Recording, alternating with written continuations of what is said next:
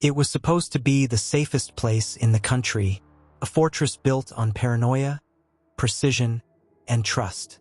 Yet one cold autumn night, it was emptied, with no alarms triggered, no footprints left, and no witnesses who could say what happened.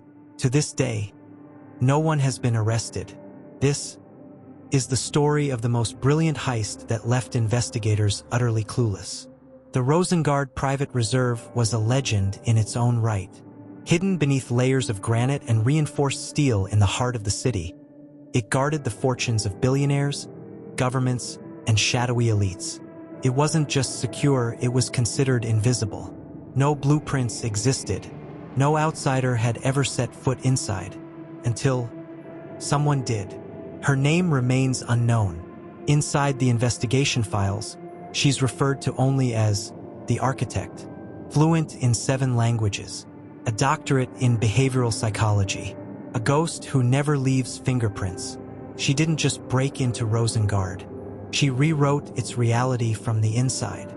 The architect handpicked 4 others, a tech savant who could mimic any electronic signature, an inside man buried deep within Rosengard's janitorial staff for 18 months, a professional illusionist, a master of misdirection, a getaway engineer obsessed with crafting invisible escape routes. Each move was rehearsed like a symphony, each step choreographed months in advance. The plan was simple in theory, impossible in practice. Enter Rosengard without being seen. Extract not just valuables, but one specific item tucked away behind biometric locks, and vanish before dawn, leaving nothing but questions behind. October 19th, 2:13 a.m. A maintenance request submitted 6 weeks prior was randomly selected to be fulfilled that night. Security systems entered partial lockdown mode, standard protocol for maintenance to avoid tampering false alarms. A needle slipped into the vein. The heist had begun. Disguised as maintenance staff, the team slipped past biometric gates, their fingerprints and retinas forged from months of insider data leaks. Their tools? Nothing metallic, nothing magnetic, avoiding all standard scans. They didn't smash windows. They didn't cut wires. They simply moved like ghosts. It wasn't gold. It wasn't cash. Hidden behind a false wall inside Vault B4-7 was a black titanium case. No official record described its contents, but whispers suggested something far more dangerous. A ledger, a record of illegal offshore accounts connected to powerful figures across the globe. By 4:27 a.m., the team had vanished. They exited not through the doors, but through a decommissioned water channel, long forgotten beneath Rosengard. Their exit vehicle? A maintenance submarine, modified for stealth. When the staff arrived hours later, they found everything untouched. No forced entry, no alarms, no missing items logged at first. It wasn't until a quarterly audit, 31 days later, that anyone realized something priceless was missing. The Rosengard heist triggered the largest private investigation in history. Ex-military strategists, cybercrime experts, forensic accountants, all hired to find the culprits. They found nothing. Every lead led to another dead end. Every potential suspect had alibis locked tighter than the vault itself. Digital trails were rerouted through 17 countries, 5 fake identities, and at least 2 completely fabricated deaths. 1 year later, an anonymous package arrived at an investigative journalist's desk. Inside, a single USB drive. On it, partial scans of the ledger stolen from Rosengard, exposing corruption at the highest levels of government, and proving that this heist wasn't about money, it was about justice. To this day, no one knows who the architect was. No fingerprints, no footprints, no confessions. Some say she was an insider herself, seeking to tear down a corrupt system. Others believe she still walks free, planning her next move. As investigators tore through hundreds of hours of surveillance, a pattern emerged. A janitor, employee 4287, appeared slightly too often in places he didn't belong, yet his personnel file? Clean, perfect. A model employee who didn't exist before 2 years ago. Investigators soon realized the horrifying truth. Half the security footage they reviewed wasn't real. Video loops had been inserted during the heist, a masterful use of deepfake technology, manipulating even the all-seeing eyes of Rosengard. The inside man, the fake janitor, was traced to a nearby apartment, but when investigators broke down the door, the place was abandoned, empty, bleached, no fingerprints, no DNA, except for one thing, a single playing card left on the windowsill, the Joker. News outlets, hungry for blood, spun theories faster than investigators could disprove them. Foreign hackers, rogue billionaires, even government conspiracy cover-ups. But every headline was noise, distracting from the simple, agonizing fact. They had no idea what had actually happened. Buried in an off-site archive, an intern stumbled on an artifact long forgotten, the original construction blueprints of Rosengard. Hidden in the fine print, an unused maintenance tunnel, marked sealed, 1972. But when investigators inspected it, they found it wide open. New camera footage surfaced, captured by a traffic light 2 miles away. In the corner of the screen, a maintenance truck, registered to a company that didn't exist, was seen slipping into an underground service road. Inside, a figure sat silently in the passenger seat, a fourth unknown member, never accounted for. 2 months after the heist, a black titanium case matching the description of the stolen item surfaced. Not in the black market, not in criminal circles, but locked inside a safe deposit box, rented under a dead man's name. Along with the case, investigators found a letter, not stolen, liberated. If you dig deeper, you'll realize who the real thieves are. Signed simply, the architect. Internal documents later revealed a chilling truth. Rosengard wasn't just guarding assets. They were laundering illegal fortunes for clients in organized crime and rogue states. The vault wasn't protecting wealth. It was protecting secrets that could topple empires. Within a year of the heist, arrests began. Not of thieves, but of CEOs, politicians, arms dealers. Quiet, strategic takedowns. No public trials. No flashing cameras. Just a silent collapse of an invisible empire, all triggered by the heist no one could solve. When investigators traced the stolen millions, they found accounts opened years earlier, in fake names across shell companies, scattered from Belize to Singapore. But the chilling part? Those accounts weren't created after the heist. They were waiting, patiently, years before Rosengard was even built. One informant, deep inside the cybercrime world, whispered a new rumor. The architect wasn't acting alone. They were training others. A secretive network, preparing for something even bigger. Detective Harris, now obsessed, received an anonymous package. Inside, an old photograph of Rosengard's construction crew. In the back row, a man with half his face turned away, wearing a Joker pin. Every person tied remotely to the original Rosengard blueprints. Architects, engineers, contractors disappeared. Some fled. Some met accidents. No one would talk. Fear moved faster than justice. In a safety deposit box nobody claimed, hidden behind layers of false ownership, investigators uncovered a ledger, not of money, but of names.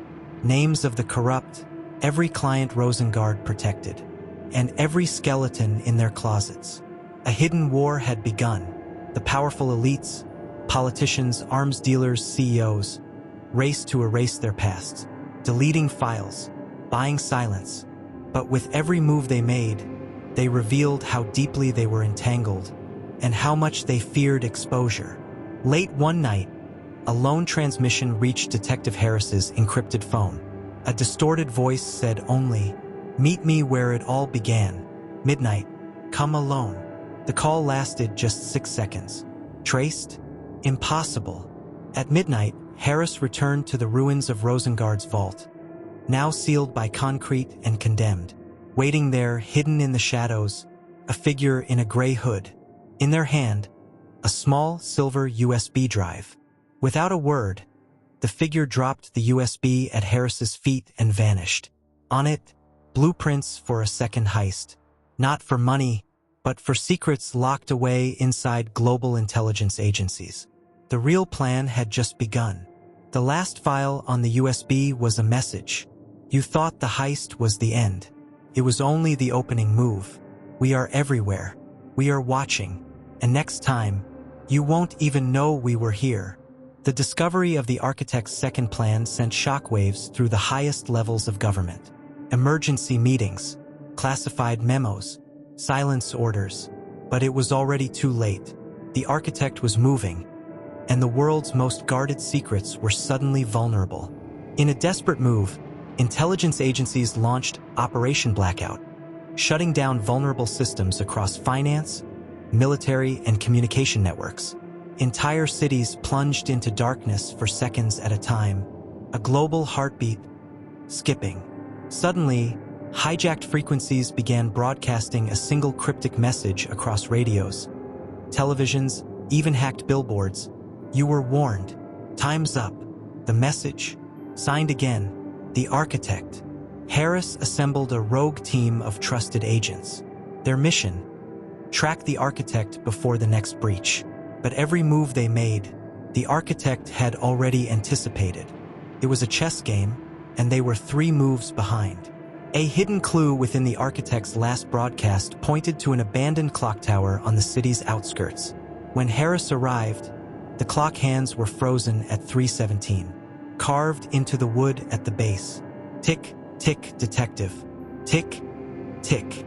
Someone inside Harris's team was feeding information to the architect. But who? Every agent had a clean record. Every agent had passed background checks. Trust shattered. Suspicion bled into every glance, every whisper. The unthinkable happened. Sentinel Base, a top-secret intelligence fortress, went dark. When emergency crews arrived, the vaults were open, not a single item stolen, but every classified file copied, leaving no trace except a joker card placed at the main gate. Haunted by failure, hounded by superiors, Harris faced suspension, but he refused to stop. He had seen the architect's mind, and it wasn't about money or revenge. It was about exposing everything rotten at the core of power itself. One night, Harris received another anonymous message. One chance, one answer. Meet me at the Edgewater Pier. No backup, no surveillance. Come alone or the game ends. At the pier, a figure stepped from the shadows. Not a monster, not a villain. A woman, calm, sharp-eyed, wearing an architect's lapel pin. You're asking the wrong questions, detective, she said. It's not why we stole. It's why we had to. Standing on the dark pier, Harris realized the truth he had missed for months. The architect's heist wasn't about money. It was about blackmail. Secrets of the world's most corrupt figures, stolen, weaponized, and ready to detonate. The architect's network had planted truth bombs across the internet, timed leaks set to unleash everything at once. If Harris couldn't stop them before midnight, the world would burn. Government officials offered Harris a deal: track the architect down, help erase the leaks, and they'd clear his record. But something inside him twisted. Who was the real villain here? The one exposing the crimes, or the ones trying to bury them? Harris pretended to accept their offer, but secretly he made contact with the architect. Together, they planned one last, brilliant counter-heist. Expose only the worst offenders, protect the innocent, and dismantle the rotten core without bringing the entire world down. With only hours left, Harris raced against both his own agency and the clock. Every second counted. Every step could mean betrayal or salvation. In a hidden server farm beneath the city, Harris found the architect again. As government forces closed in, Harris had a choice: arrest her or trust her, and press send. At the last moment, Harris realized he'd been played by both sides. A deeper conspiracy existed, one the architect also wanted to destroy. He chose. He pressed upload, and the world shifted forever. The fallout was immediate and unstoppable. Presidents, CEOs, generals, all exposed, disgraced, arrested, their stranglehold on society shattered. In the chaos, the architect vanished. No trace, no leads. Some whispered she was dead. Others believed she was simply watching, waiting for the next battle for justice. Stay tuned for more chilling cases on Cold Case Chronicles, where the truth is always darker than fiction. If you haven't already, make sure you're subscribed to Cold Case Chronicles. We dive deeper into the most chilling, unsolved mysteries, and together, we uncover what was left behind. Like, share, and leave a comment below. We want to hear your thoughts. Stay vigilant. Stay curious. The truth never rests.